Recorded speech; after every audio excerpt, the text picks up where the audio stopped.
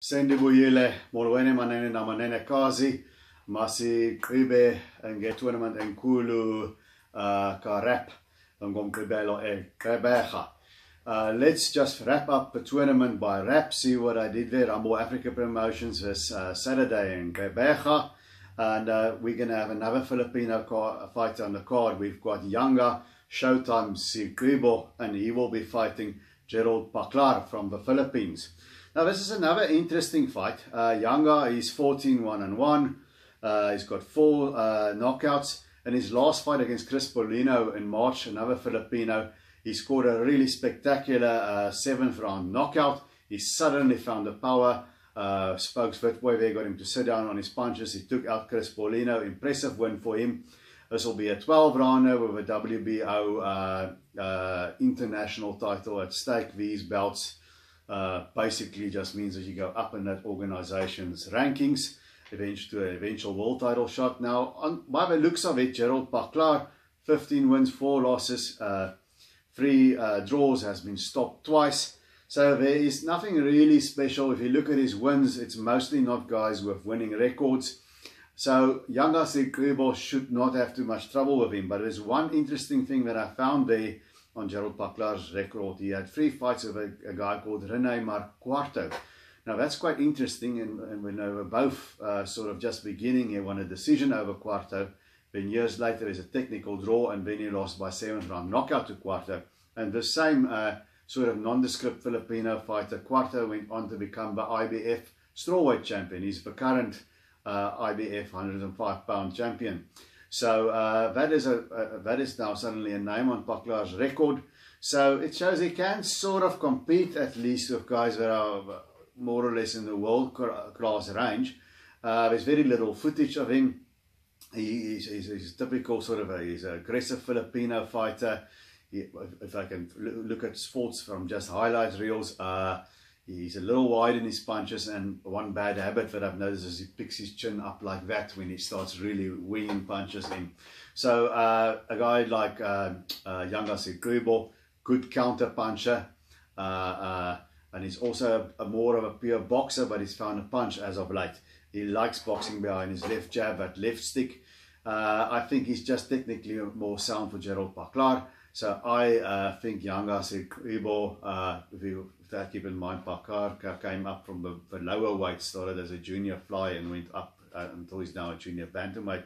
So the fact that Paclar has been stopped and Sigqibo seems to be suddenly finding a bit of a punch, makes me to believe that Yanga Sigqibo is probably going to score a knockout victory against Jerald Paclar.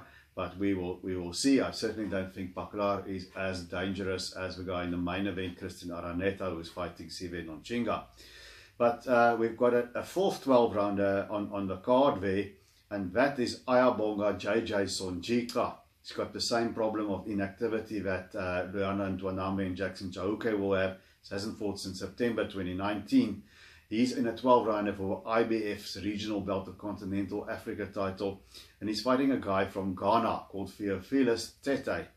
Now Tete, Sonjika is undefeated, 9-0, 7 knockouts. His last win was for the South African title. He put up a boxing clinic against Innocent Mantengu. We'll see how much the ring rust will do in him. I'm sure Sean Smith will have him ready. And Theophilus Tete, 14 wins, 12 knockouts, 1 loss early in his career, where in his 3rd fight or something was matched against a guy who's 15-0, and he got stopped. So typical overmatching kind of scenario. So you can't say too much from that. He has been 12 rounds twice, so he's also quite seasoned, and he's got this high knockout percentage. But there's no big names in his record. Almost all of his fights has been in his native Ghana. I think he's been to Tanzania maybe once, or Zambia, I'm not quite sure. But he's now coming here, and he'll be taking on Ayabonga Sonjika. So what I could see from Theophilus Tete, he's a fast puncher. He likes to move, and he has a fast jab that he flicks out all the time, and he moves his combinations and he steps around. So I think he's going to give JJ Sonjika a good argument. You just got to go over chalk here because Theophilus Tete is sort of a dark horse for me. It's like a lot of these African fighters from North. The records are deceiving because some of the records aren't kept properly. So you see them fighting guys with sort of big losing records, and then it turns out that the records aren't really accurate, and these guys may be better, and you sometimes get a surprise. But more often than not, when they step up a level, they come unstuck. But it's also the country of Azuma Nelson and quite a number of other great fighters that came out of Ghana, Nana Konado, Alfred Cote, and so on. So I'm sure JJ Sonjika will take him seriously, but I know too little of Theophilus Tete to say he's going to spring an upset. If it turns out that Ayabonga JJ Sonjika is chinny, then maybe. But so I have to go with Sonjika to maybe win a decision. Yeah, I don't know if he can stop him. We'll just have to see. There's too little known about Tete. And then, of course, the man, the dark horse of South African boxing, has been quietly going about his business 14-1. Lerato Lights Out Dlamini from the Hot Box stable there as well. He'll be staying busy in a 10-round featherweight bout. He's very close to a world title shot against Gary Russell Jr. or whoever moves up, and if the WBC world title may become vacant. So he can't afford to slip up now. He's got a win. He's got good wins over Dave Penalosa, undefeated prospect where he wasn't favoured to win. He also got a good win over Sigqibo Vecheka, former WBA champion of the world. So he's on the cusp of challenging for a world title. He's probably one of our next guys, depending on what happens in the eliminators. And he's fighting a Zimbabwean by the name of Hassan Milanzi, 9-0-1 with 5 knockouts. Nobody well known on his record. Fought most of his fights while won in Zimbabwe. The draw that he has reversed. He's gone 12 rounds before, which tells us that he's a tough guy.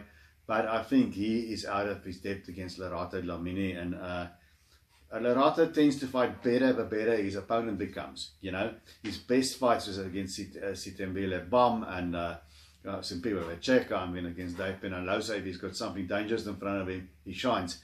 So he tends to fight a little bit down to his level of opposition. But a guy like Hassan Milanzi, he's got to be able to take him out, or at least win every round against a guy. And I think Lerato, once he gets in his stride, around 6 or 7 or around about there, I think he'll take Hassan Milanzi out. So that's what I think about the Rumble Africa Promotions card on Saturday. I think Sive Nonchinga's got a very dangerous fight against Christian Araneta.